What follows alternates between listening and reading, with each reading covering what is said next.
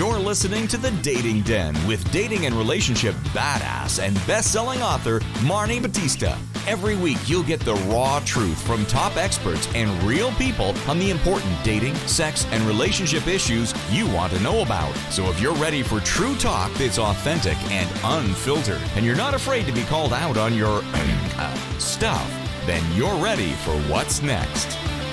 The Dating Den with Chris Gillis. How to make sure conflict doesn't lead to a breakup. Ladies, oh my God, my heart is... I woke up this morning thinking about what happened last night on The Bachelorette. I am so excited. We are here with man panelist Chris Gillis to deep dive in. So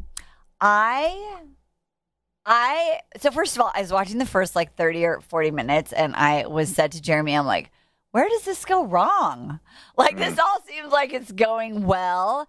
I watched the date with Blake, and I was like, he's trying to get there. No, you don't get to propose in a week.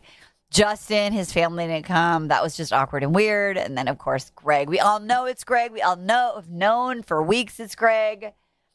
What went awry, Chris Gillis? My head was spinning, and I stayed up way too late, taking a deep dive in the internet, and the internet is completely confused on the fuckery that happened in 50-50's team Greg, 50-50's team Katie, more or less. I went on discussion boards, babe, and there's no changing people's minds. When people decided what went wrong and who fucked up, they're just resolute. The internet's like, nope, not having a discussion, period. We're done here. So let's get into what in the heck happened, because it was, we're waiting, uh-oh. But it's it's a scary movie where it's going to get. Yeah, exactly. I'm like, where's the donut? Yeah. So let me just fill you in if you don't watch this wonderful, silly show. So there's the dude, Greg. We've been talking about him. Chris always talks about his floppy hair and his puppy dog eyes. Katie said he had perpetual sad face at one point. But we've been talking about how this guy, is sort of very focused on actually the relationship. He's never in the drama of it. He's just been kind of on the sidelines. Katie has said, I'm afraid you're going to go. I'm afraid you're going to go. Now, one thing that we never saw, and you and I talked about this just as we set the scene, you and I talked about that we never saw any scenes on camera that were aired of him talking about wanting to go. He was always just sort of, there. But Katie's always got this fear he's going to go. So number one is, what did we miss that? Is that her fear of abandonment that was just an unwarranted fear? Because I just had made up a story that they had a conversation and he was like, I don't know how long I can take this, but was she just afraid of being left the whole time? You know what? I think I just read a cool word. It's introspection or something like that, which is being able to read the person who's yours with energy without them having to say anything, and you have that. And I think he and her have that because they do care for each other. And I definitely read his anxiety, his nervousness, I could tell, because the guy doesn't have a poker face. I can tell, which is his puppy dog ears or his hair.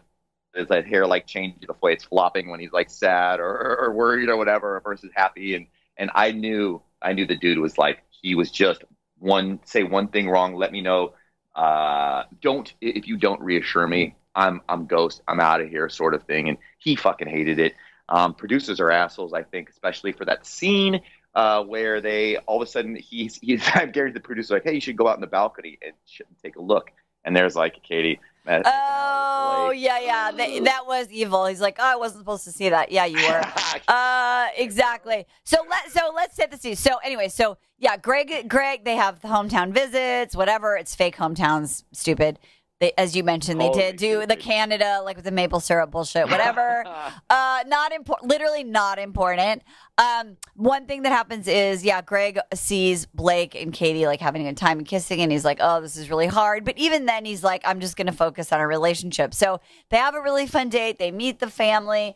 We learn that Katie has made up a rule for herself. I think this is a really interesting a really interesting thing to talk about. The rule that Katie makes up for herself is, unlike bachelors and bachelorettes of late, I am not going to say I'm falling in love or I'm in love with you, or I'm not going to say that until like you're the one, and then we'll say that at the end. Now, just historically, and this was before you watched, Chris, the rule was for the show, the Bachelorette could never say, or the Bachelor could never say, I love you.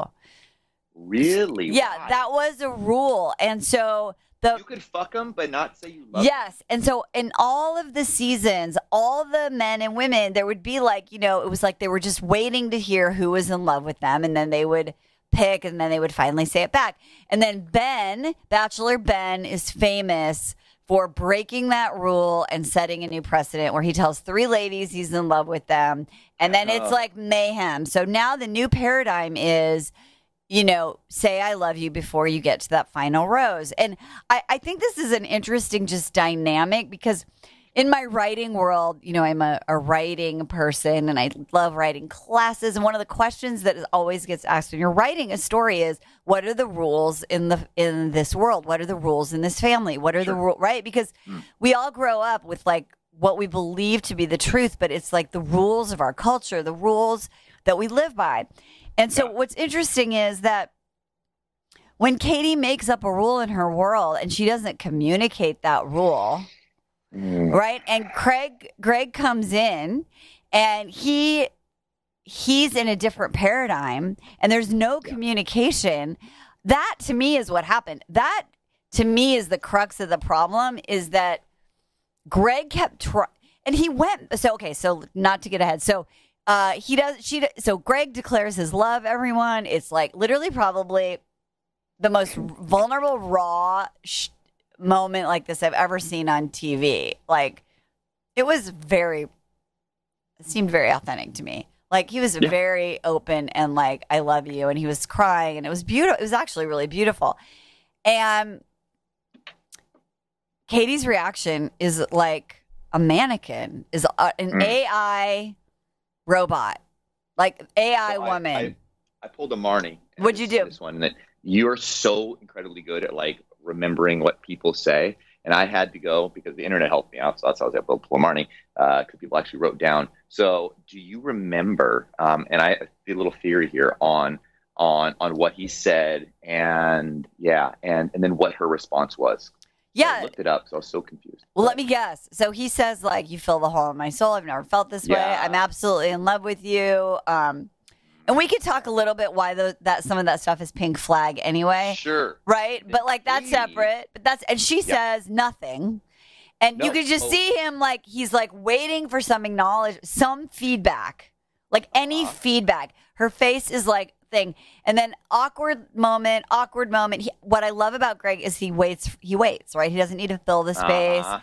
And then he finally says, what are you thinking? Right? Like, what are you thinking? What are you feeling? Right?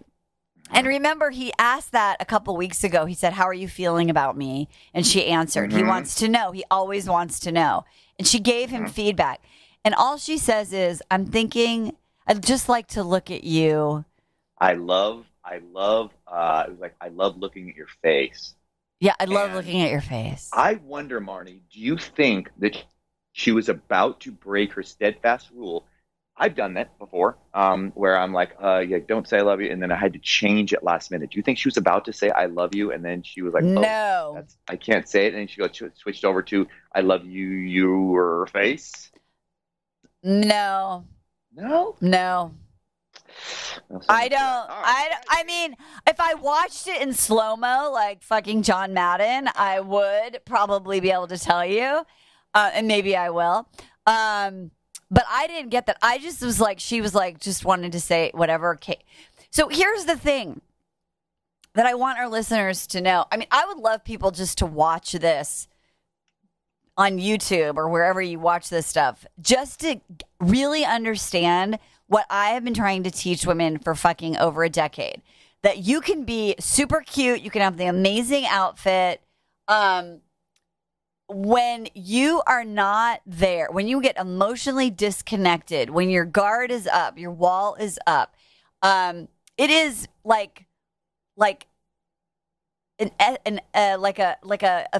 field of nails that comes up around you that certain people don't want to. Some people are attracted to that, and their whole mission is, let me see if I can fix you and get through and make you love me.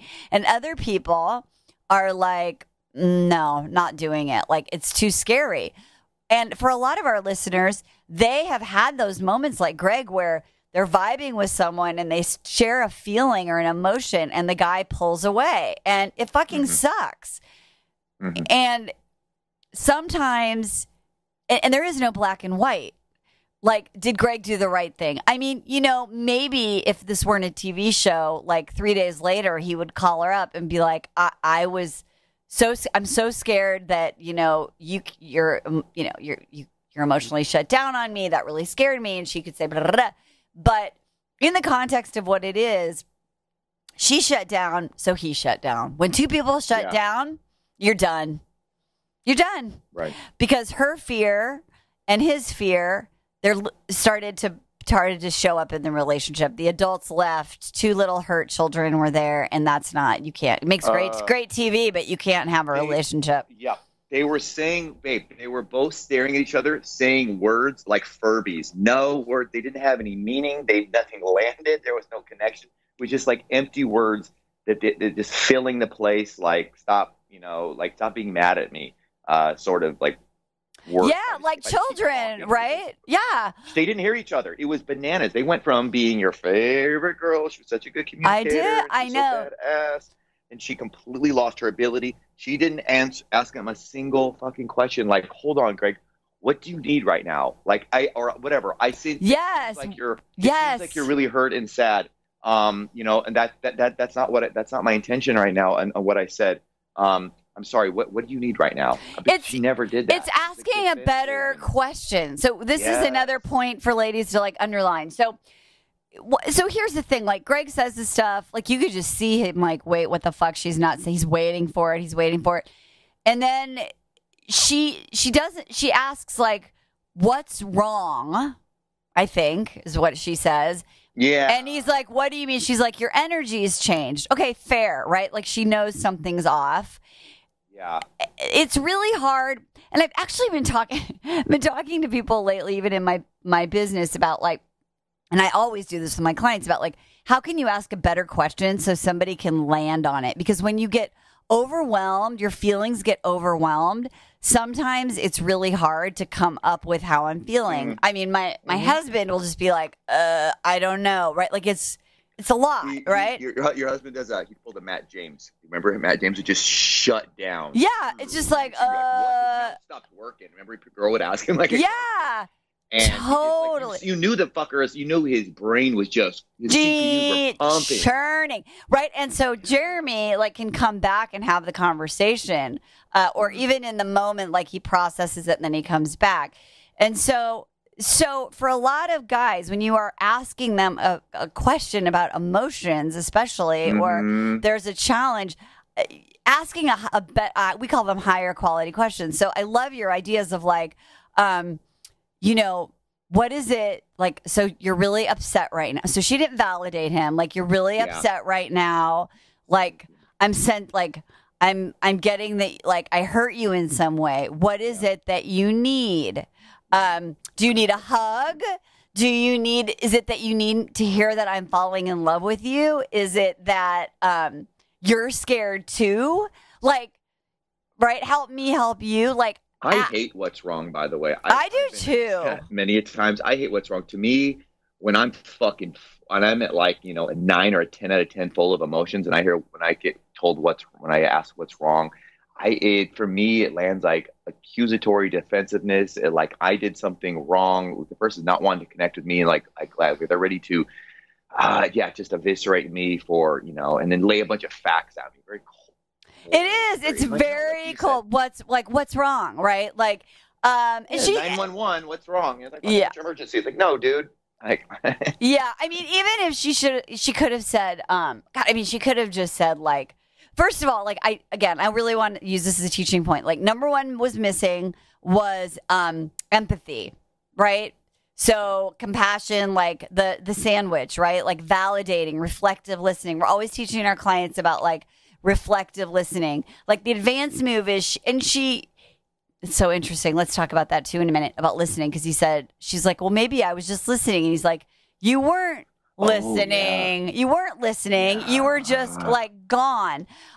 So I don't want to lose the plot. So right, like validate empathy. Like number one thing is you have to read the energy and think about like, what does this person need right now? Right. So she also didn't even do any physical touch. There was nothing. She didn't put her hand. I don't think we could rewatch the tape. I don't think so either. I don't think she put her hand on his knee, like lean into him. Like there was nothing. And then the second thing is asking a higher quality question. Even if she had a need of her own, like she could have articulated that. She could have like, Greg, oh my gosh, like, oh my God, you're so upset. Something shifted. I could see you're scared. I could see you're hurt. That was really emotional, what you just shared. I could tell, like, I feel how much you love me. Lean in, like what I need is, I'm really scared too. I'm in this process and I told your family, you're my guy. You're going to get you're my guy. What do you need right now so that we can just get through this? Right? Like but it went into like who's right and who's wrong. And so then he got shut down. And then that's how the internet probably gets divided because 100%. Yeah. Anyway. I want to say, Marni, that it's worth the one big subject of this podcast today should be on really us just to acknowledge and discussion of, man, how difficult it is for two people in real life when you're so caught up. I mean, their emotions were so incredibly high, and yet they couldn't hit the ball back to each other. And how many times have you been in a fight, Marni? Yeah, I know I have, just recently, and I'm like, why the fuck did I say that? And then I'm yelling at my partner Emily. I'm like, why are you dumb? Like, thinking to myself, why didn't you say that? It was so easy. But we're both caught up on our own shit, because absolutely Katie has some stuff where she just completely where she closes down, and then of course Greg has his anxious thing where he takes everything personally and he creates stories in his head, and they just both went their separate ways. These are two very, very smart people when they're not at these heightened emotional levels, and I think it's good for all the listeners to acknowledge, guys, we all get there, we all act like dum-dums, and it's going to happen, and we're all going to completely screw up. But what was sad about this is that, momentarily, for a little while, for 30 seconds, for 1 minute. But it sucks that they never caught themselves all the way even to the next day, even after he had a good night's sleep. She still wasn't able to realize, okay, a good night's sleep should definitely give you clarity, like, especially in separate beds. Like, what the hell went wrong, and what does my man need right now? Where did I miss it? You're right. She didn't take any responsibility. No. Like, he came in like, I did this, I did that. Like, I was doing this. I want to understand. I want to repair. And that's the thing. Like, and I will forever mock these people for the one time where whoever was being like, we love each other. It's all going to work out. Okay, people. No, it doesn't. And this is the true test of a relationship. And I talk about this all the time. So, beating the drum, 69% of couples have problems that are perpetual problems. You have to learn how to navigate through them, the same ones over and over and over again. And the first time when you are dating someone and it's butterflies and fucking ponies and unicorns, and you get into an argument or you have a challenge or a conflict, how you navigate through that is really important, because getting to compatibility, pretty easy with the right person. Getting back to compatibility is the test of a long-term relationship. And I understand the internet saying, he pieced out. He didn't want to, he just was like, I'm out. Like, I get it. What I said offline before we started recording, and I would love your opinion on this, is yes, that's true. And also, we have to remember, in my experience of Greg is, he actually is in love with her. He totally doesn't give a shit about the TV show. He's dated this girl for like 5 weeks, 4 weeks, whatever it is. And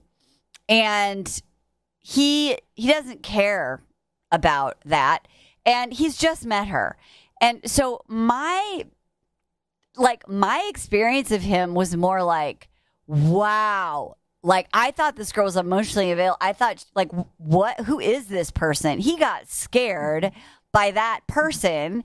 And because he's only been dating her like 5, let's be generous, 7 weeks, 8 weeks, right? Like, he's like, no, you know what? I know one thing. Like, my person is a person who doesn't do that. Like, this is just, you know what? I learned something about you right now that's a deal breaker for me. It's beyond what I would want to work on. I don't want it to be part of the 69%. You shutting down. And he's out. And I think the internet was like, that was a rash decision. Love conquers all. He made her feel bad. But what do you think about that? Do you think like he pieced out because he saw that was like a huge red flag? It was like, wow, you drink 2 bottles of wine every night. Like after 4 weeks, you're like, I don't think this is going to work. Like, what do you think?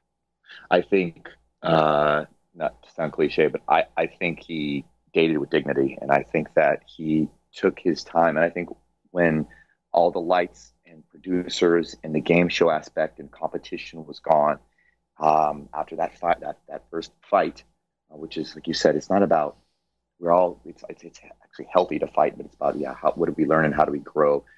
How committed are we to hearing and helping the other person? I think he had that good night's sleep, and then it was just him and Blake, and Justin, there's nothing there. And he had some time to think, and he's like, what? Yeah. And I think that's when he said, holy moly, what am I doing? And again, I know it's hard when we're like reading a book, not to quote it, but I just, finished the book Attached, and it talks about how, you know what, it's, sure, in a perfect world, we're all secure, Marni, and none of us are avoidant, none of us are anxious, and we're all just perfectly, but that's not reality. And right. It's about finding somebody instead and really owning it and say, you know what, I will work on this, to the day I die, and I will remember this, but I need to find a partner who can compliment me and who can make me, who does make, who I do feel more secure, and better. And that was Katie's first chance, and she completely went the other way, and she became avoidant.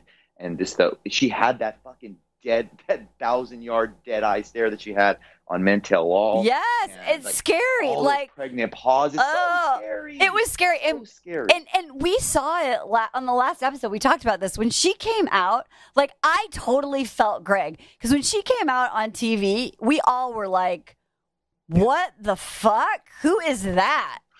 And I can imagine if you're dating someone and they show up one day and you're just like, where are you? Where did you go? Yeah. That would be terrifying. It is scary. Yeah. For real. It's like a new person. Like, yes. This person you thought you were in love with, you're like you said, all of a sudden you discern they have some secret, not only just like some habit that they do on their own, but some habit that actually really hurts you. And I think one important thing for all the fans out there who think we're shitting on Team Katie, no, we're not. Dude, does Greg have traumas? Absolutely. Yes. Is he still, knee deep in his dad's passing? Yes. Sure, absolutely he is. That's the reality, though. That's where he's at. And that also, of course, brings him some beautiful vulnerabilities that all of Marni's daughters are like, oh, he's so cute and adorable, because he is so much in his feelings. And he needs somebody that can hit the ball back to him. Yes. And receive him. And I hate, that's sound weak, whatever, but comfort him and hold him in the same way that he and Michael A. held and rubbed each other's heads on the couch. Yeah. He did that. Yeah. No, totally. He got ice cold. He did. Contestant. Katie. Contestant. He got. I love the way you said that. Contestant Katie. Yeah, and then we in our little group chat were like, oh, did she just like the attention of being the Bachelorette? Did she just want to hear all these guys like profess their love? Did she just want to bang, like someone said, bang fucking Blake and just get it out of her system? Is she really not ready? And is she actually, and this I think is a really interesting thing too, like, what does emotionally available look like? Because I totally fell for it hook, line, and sinker as well, because she was able to have some conversations. I think that the nuance for ladies who are listening is this, and it speaks to the, like, why do I sabotage or push away the good guys, right? The guys that actually love me, the guys that are good to me? Why am I not attracted to them? Why do I push that away? Why do I sabotage? And what I call that on our campus is a love shield. And oh my God, what a great word, because that's what came up. It was like DEFCON, whatever, like, a shield. And I think like if I were going to coach Katie, I'd be like, wow, you have a really hard time receiving love. Like you're good at giving it. She's good at giving it, right? She's good at putting it out there. She's good at receiving compliments. She's good at being playful, right? But like when it got real, like I really love you, her shield comes up, and there is something else going on. I don't know if it's about her, well, mom says at the very end. We saw a trailer of her mom saying, "Don't rely on a man." Maybe, and I don't remember if Katie's parents are to make you happy or something. Yeah, and I don't. Were her very fucking resolute? Boom. Period. Were her parents divorced, or is it that her father just passed away? I don't know, but there's something going on for her. And that's interesting, Marni. That you say that she couldn't. It's the receiving the love part, because you're right. She was a good caretaker and all these things, and great at receiving compliments, being playful and being a silly, fun girl, Katie. But you're right. It's when that was by far, like you said, that was by far the most sincere, heartfelt, I love you. They didn't fucking play the bullshit. Oh, I think I could be, catching, falling in love, like under that, that corn dick shit that all the other guys say. That 100%, that was like, wow, hearts on, everyone's jaws before. And then you said, she shut down and shut off, and instead of receiving that love bomb, stepped right over it. And I think that just made him feel like, holy moly, what the hell am I? He said it so well. He's like, you mowed over there was no acknowledgement. And he said, I didn't expect you. And that's the other thing where I'm, Team Greg a little bit, is because he says, like, I didn't expect you to declare your love for me. Like, he was open to playing the game as much as, anything. He respected, quote unquote, the process. But it's like, there was nothing. There wasn't a touch. There was nothing. And in the whispering conversation after, which was kind of odd, like as if they were off. Where were they? Which was when they're outside? Well, they go outside and it's all dark and in shadows. Yeah, and it's like, did they think they were like not on camera? They were whispering, like the mics wouldn't pick it up, which obviously picked it up perfectly. When they're standing up, or when they were standing up, or when they go to when he. No, when they're standing up, and it was kind of dark, and I think they even had, I don't know if they had captions, but. He was like, look, blah, blah, blah, blah. And she couldn't even say like, she just kept saying, I told you this was going to be really hard. And that's what she did at Men Tell All, right? Like her script, like, thank you. I appreciate your trust. She was like, I said this was going to be really hard. It's hard for me to have the other guys. She couldn't. So this is another nuance, ladies. She could speak her facts, but there was no emotion. So she said, this is really hard. Do you not understand this is hard for me to have to meet these other guys? There was no feeling in that. It was like, I feel really shitty going through the motions of having to meet these guys, but I am this contestant. I mean, like, she could have said that and they could have edited it out. It was just, I just thought, it was so weird. When we do the man panel stuff and a lot of the questions, and we usually come out to at some point, and I have to remind the ladies, is like, we love being your knights in shining armor, and we can only know you're in distress and you're the damsel that we can save if you kind of wave your handkerchief in the air and grab your heart and clutch and like, oh my gosh, I need help.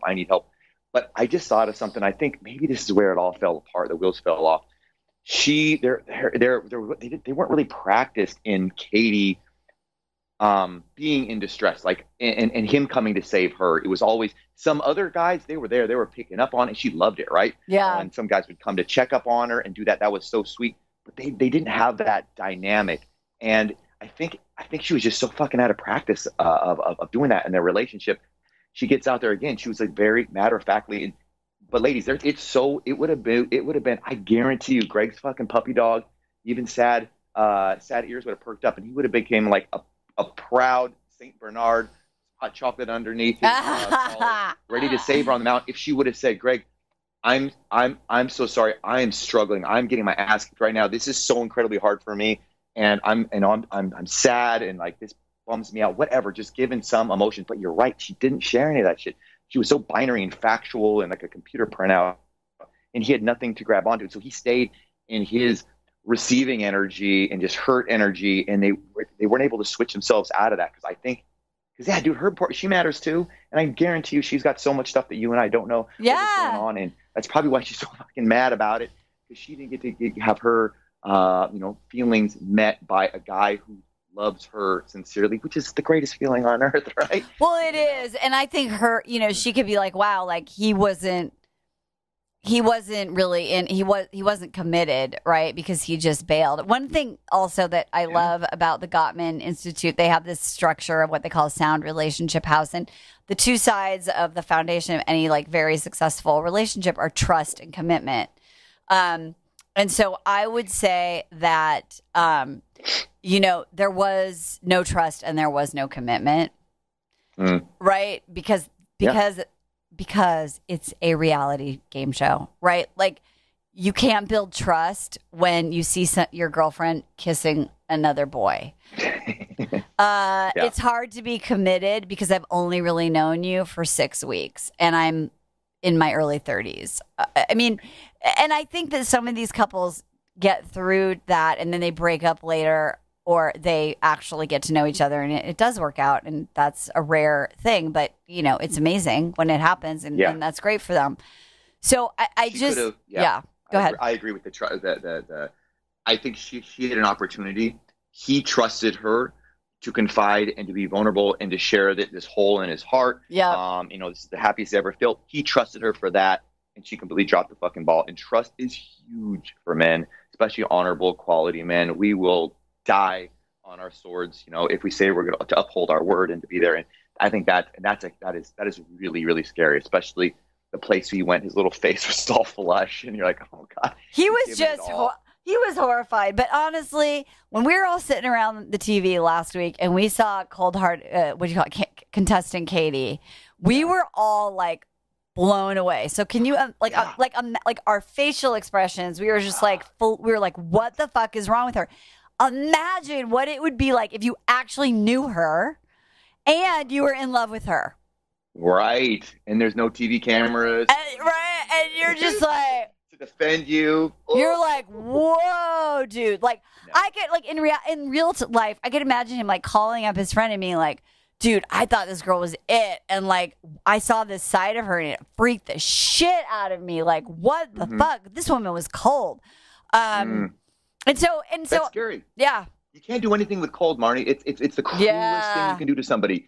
If you hit somebody, you can yell at them, but the fucking worst thing, overall you can do is completely ice them out and leave them, especially when he puts himself out. Like that. And it's so tragic. It feels so uncaring. It feels there's nothing to discuss. Now nothing to discuss is what's his problem or what's wrong. So, on your end sort of thing, it's like, oh, geez, Louise, that avoidant, that just completely iced Queen Katie is just so, yeah. You can't, I love that you said that. I want to underscore that. You can't do anything with that.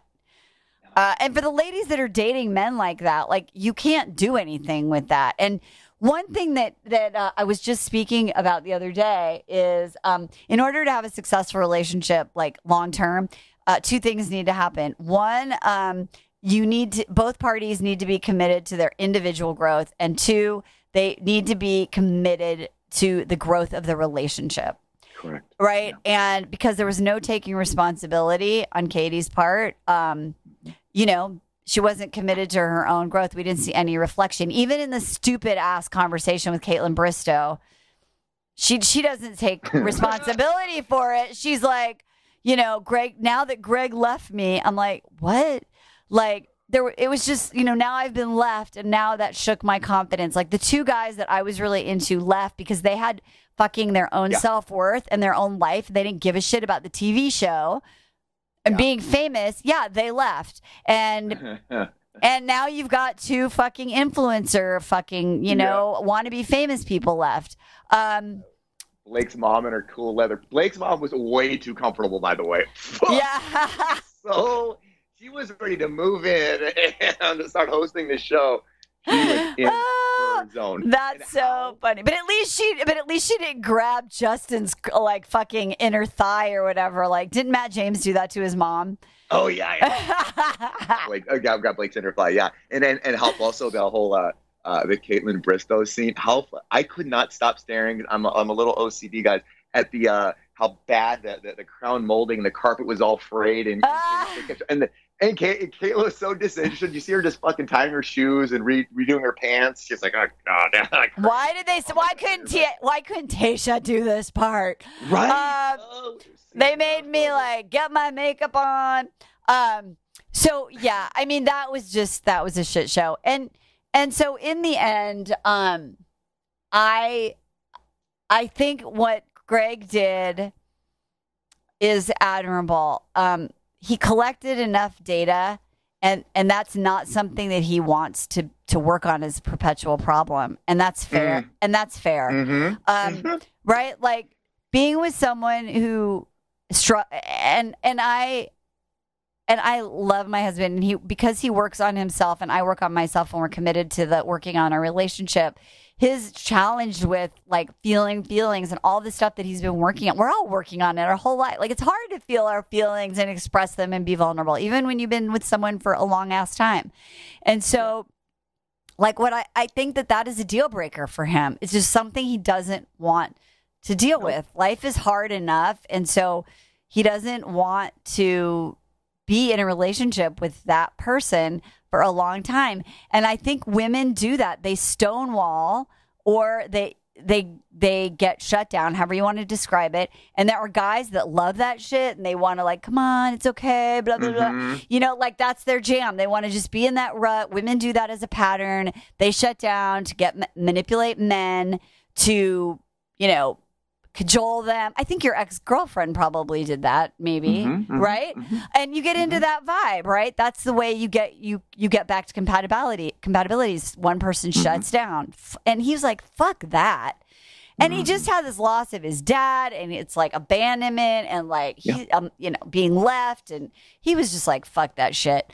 I don't want to be on this TV show. I'm going to go off to Ohio with Michael A. Get on Bumble, or New Jersey. No, he's from New Jersey. I'm just going to go get on Bumble and do it like everyone else. So remember when we were taking bets? Yes. I have a new bet, and it is that we never hear from, after Bachelor's over, we never hear from Greg again. On like a public, he's not going to be on podcasts. He's not going to do the podcast shit. Yeah, he is not going to be Bachelor famous. I think you're right. I do think you're right. 100%.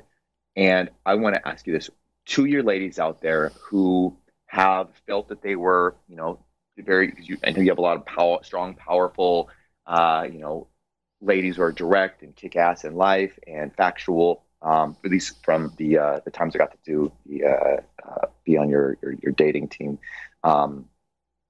What do you say about all? Because the internet is full of people who are like, this is bullshit. Greg is an asshole. He's manipulated. He gaslighted her. He went in there and she was factual, and she said and she told him, you know what? He knew what he signed up for, and Greg's a piece of shit.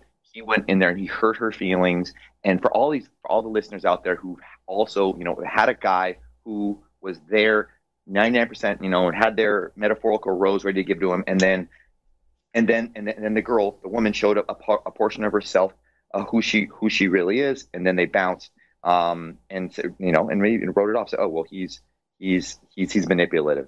As soon as he didn't stay there, as soon as he didn't get what he wanted, he just got up and left. Her crying there on the floor. How dare he? What, is that a real man?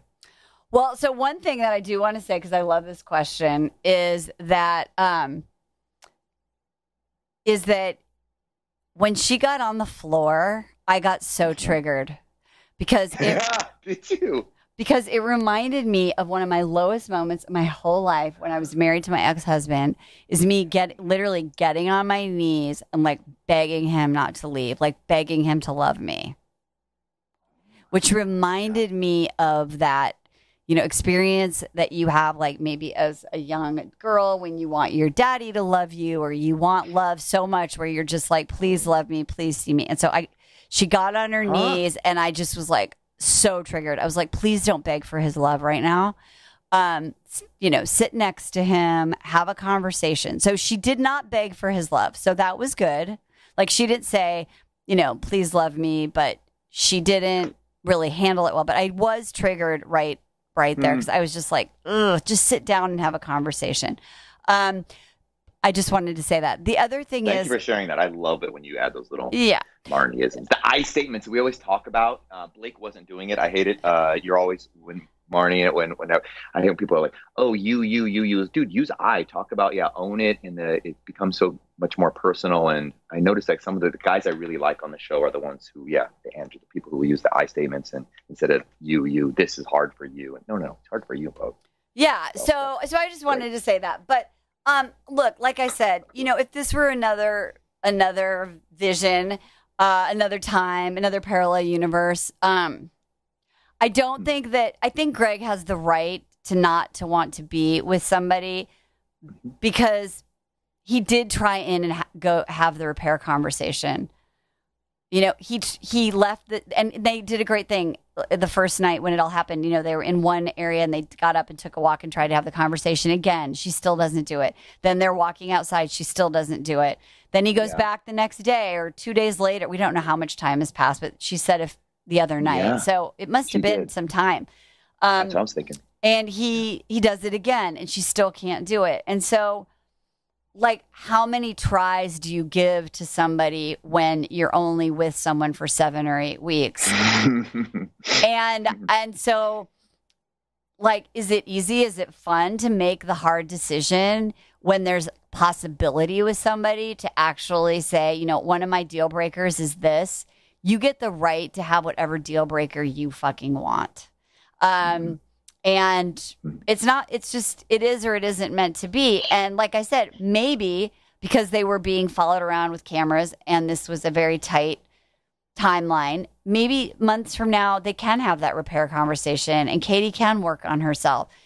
What leaves me skeptical about that is Men Tell All, where we saw Stone Cold Katie, and this is like a couple months after, so there was no, and maybe on the finale I'm sure there'll be some after the final rose bullshit, or there'll be something, and maybe she will come back, maybe we will see her again, but all as I know is the Katie of the first part of the season seems to have left the building. Yeah, no, for sure. I think that what this is my first, I think, Bachelor any of the franchise seasons showing up where you see two very, very good people who are they're great communicators and they're open individually, and then they're rock stars, and then together we see them and they're so in love and we are like, this is beautiful. And it's like those people in those relationships we see and we're like, wait, why did they break up? And the truth is, but then we saw, like you mentioned, how do they react when they have their first conflict?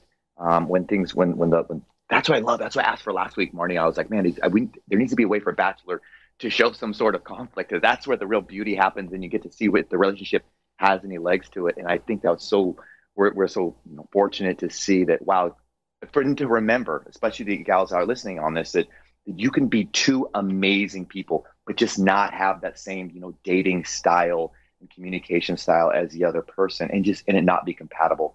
And yes, is it fucking sad? Absolutely. All of us were like, I think that's why we're so upset. That's why the internet's so pissed off, because we're like, it's love. Marni loves, love heals everything. All you need is love. Blah, blah, blah. No, it doesn't. And it doesn't. And I think it takes, like, I'm all about courage, right? So, and if I were going to do the courage, like we're a tennis match, right? And you got a point for courage. I think Greg was courageous in telling his love on TV. Remember, people, there's like a cameraman, an audio guy, maybe some lights, and he's like crying. I mean, like, that takes a lot of courage. It takes a lot of courage to always be the one to go back and have the repair conversation. I don't remember if Greg did any I'm sorries for what I did. I don't remember if he ever did that. So he probably could have said, and I'm sorry for the way that I blah, blah, blah. I don't know if he did that. But he went back. And then the third courageous thing he did is he made a decision for himself, for better or worse. And he said, you know, and he wasn't manipulative about that. So he didn't say, I'm leaving, just so that she would be like, blah, blah, blah, blah. So he could go blah, blah, blah, blah, blah, right? Yeah. He didn't do that thing, which people do, like, I'm breaking up with you, you know. Yeah. One more thing. He didn't do that. He made a decision, and then she asked, is this what you're saying? And he paused. And he was like, yeah, that is what I'm saying. And then he stood up, and he was like, shit.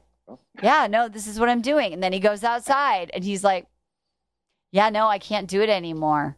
And he wasn't. What's interesting too is at the final scene when they're sitting outside and she's like on her knees or whatever. He wasn't dramatic about it. He was just like, I can't do this anymore. You know, I don't want to play this game. And so I think that takes courage to have a boundary, to hear somebody say a bunch of stuff and really not be in love with the potential or the past of what you guys shared, right? But to say, this is, for me, this doesn't work. And I don't think he manipulated Katie. I think manipulating her, would have been something like, and I don't know, because I'm not an expert at gaslighting for sure, but like, you know, you were so mean to me when you did that, and you're a bad person because you know, da, da, da, da, and you really need to work on that. And I don't even know how you could come here and tell me this because you're the one who blah, blah, blah, blah, right? And and when you gaslight someone, you shift all the energy so that suddenly you're having that conversation about you and how fucked up you are. And maybe I have a bias for Greg, but I didn't see that at all. I was sort of like, hey, I needed this from you. You weren't able to give it to me, and that doesn't work for me. Like, that scares me. That hurts me. He never said, like, you suck. You know, there's something wrong with you. You're fucked up. You're the one who needs to get help. God. Yeah. So to me, and again, I'm not an expert on gaslighting for sure, but to me, that's what gaslighting looks like. So I mean, he met her energy. He became cold. He became shut down, and he left. Yeah. I don't know what else to say. What do you think is going to happen? What's your prediction? My prediction is you owe me $5. Ladies, you heard. Or was it 500? I don't remember. We have to go back and listen. I don't remember our bet. I think my bet more was, does she get now I feel definitely she's going to go get plastic surgery. That's for sure. I've been watching way too much Love Island. Okay, go ahead. You haven't. I think I think Greg gets in the black SUV that he was waiting for, picks him up, he turns his phone on, and there are so many people, and it's unfortunate that there's I think neither of them take the time alone and to cry, and I think there's so much noise and background to keep them distracted for years to come, and that's I think both of them will find their a new life. They are celebrities now. They are famous in a lot of levels, and they will have many suitors after them, and it's unlike a normal breakup where you get to really sit there and ponder and lock down and do journaling. I don't see that. I don't see a lot of that happening, and unfortunately I do not see them getting back together unless it's for the spotlight. But like you said, if your theory is correct, then I don't think he will date her, because she is going to contractually have to be in certain spotlights and events and everything. She wouldn't walk up. She could have, I guess we didn't say that, but at any point she could have walked up and pulled our girl Claire and she said, you know what, I'm done. Yeah, she totally. And that's just it. When I was talking about the rules of the world, right? Claire Crawley, for better or worse, she changed the rules of the game, right? Where you can do whatever you want. So she could have easily just said, yeah, let's us walk out together. That would have been great. Yeah. And there's lots of ways to do it. Even when we saw like Colton, right? Like in the end, Cassie and him came to an agreement that she wanted to be with him, but she would not accept or didn't want to get engaged, but she wanted to continue to date him. And they came up with that agreement. So because there was communication and there was feelings. And so whether it's off camera or on camera, we didn't see that. My last question for you, because we could probably talk about this for 5 hours, is Totally. the men who did not make it, like the Andrews, the Michael A's, now they've watched that episode. Do you think any of those guys, like Michael A or Hunter or whatever, especially Michael A, because he has like a little kid, I'm just curious, do you think they're like, holy shit, I dodged a bullet? Or do you think that they think, oh my God, like now she's free, yay, I want Katie? Like they weren't freaked out by that at all. Right. I think that's a great point. I think that my boy Andrew, who I hope is the next Bachelor, but I don't know because I didn't give him much time on the Mentel all, so that's problematic, troublesome. I think that he is such a secure person. I think that he could have navigated those waters, and he was able to, pay more attention to her. And I think it would have been longer before they had issues. I don't think he was rocked by it. I do think that Michael A, though, however, I do think he's like, he's got a little boy who is goodbye, little boy. Yeah, you don't love me. Like I don't think they want. You don't want that in your. You don't want that in your house, and you don't want that in your. Especially because as a mother. Especially because Michael A was married for 16 years or something, like long, like whatever. He's had a healthy relationship. Yeah. Right. So he's comfortable sharing his feelings and his emotions. And you know what? And we said it. We're like, man, the people who get along with Katie are, and maybe this is a little red flag next time. It's all the fun boys, the people who are able to keep it light and and blah, blah, always keep a smile on her face. Those guys, she had a lot of fun. She had like a couple groups. She had like the two serious guys. With Greg and Michael A, the deep talk guys, but then a lot of the guys were like, Blake is still in it to the end. She doesn't know Justin's last name. She doesn't know shit about him. I know, that was so fake. You know what's interesting is the last thing I'll say is in that pathetic Caitlin Bristow thing, she said, in interviews I said I loved him. Is she mad because the producers didn't sit down with Greg and say, look, she loves you. She said she's loved you on camera. And Greg's going to watch this episode too. And he's going to see that she said that. But I don't know. I just Marni, think we don't give a shit about words, actions. Actions. Or especially third party. Well, I told another person words that's empty, but no, she had, dude, he threw a big fat meatball right over home plate, and she didn't even swing the bat. She stepped out of the batter's box. She did, and that's important to realize that and this was the big deal. For her, her intention in that was to follow the rule that she set. The impact that it made was, I'm not up for talking through problems.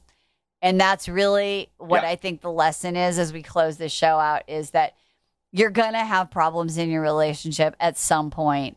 And when you are dating with intention and self-worth and you actually have deal breakers, we call them non-negotiables. When you hit that point, right, in the obstacle course of dating, whether it's 6 weeks, 6 months, or 2 years, you're going to have to really see the strength of those two important things. Is a person committed to their individual growth? Are they committed to the growth of the relationship? And does it have trust and commitment established enough to where if they don't have the natural ability to work on themselves or be committed to working on the relationship, that they will build an addition to the relationship and say, all right, we have to add this in or this isn't going to work. And if not, then you have to peace out. And that sometimes love is necessary, but it's not sufficient. It's not enough. And how you do one thing is how you do everything. And so in this match on Courage, I give all the points. I think it's a fucking like what do you call it? What do you call it when one team just shut out? It's a shutout. The shutout sweeps. And Marni, isn't that really when the relationship begins? Yeah, that's how you start to create connection. When that other person goes, they stop doing their same patterns or what they're used to, and they go, you know what? I normally fucking do this, and because that's how I've been. But you know what? This is important to me. And that other person does that thing that you always wanted your parents to do. Yeah. Or whoever it was for you, and they stand up for you. Isn't that when you were like, holy shit? That's when we really feel alive. Yeah, totally. And that's how you grow. Because I think when I talk to women about what's your why for wanting a relationship, it's like, to share mutual experiences, but a lot and have fun together and have my person and all that. But in the end, like when we're in a relationship, we have this mirror for our wounds and our possibilities. And so you're going to get, if you're in any kind of conscious relationship, you're gonna see that, and you're gonna be invited to lean into it and work through it together, and it can grow you closer. I know that's happened in my relationship, for sure. And so, it is when it starts. It is when it starts, because that's when the honeymoon stage sort of ends, and then I think when you do that, you get to like I was telling you, we were just at a festival for 3 days, and we've been together. It'll be 13 years in April.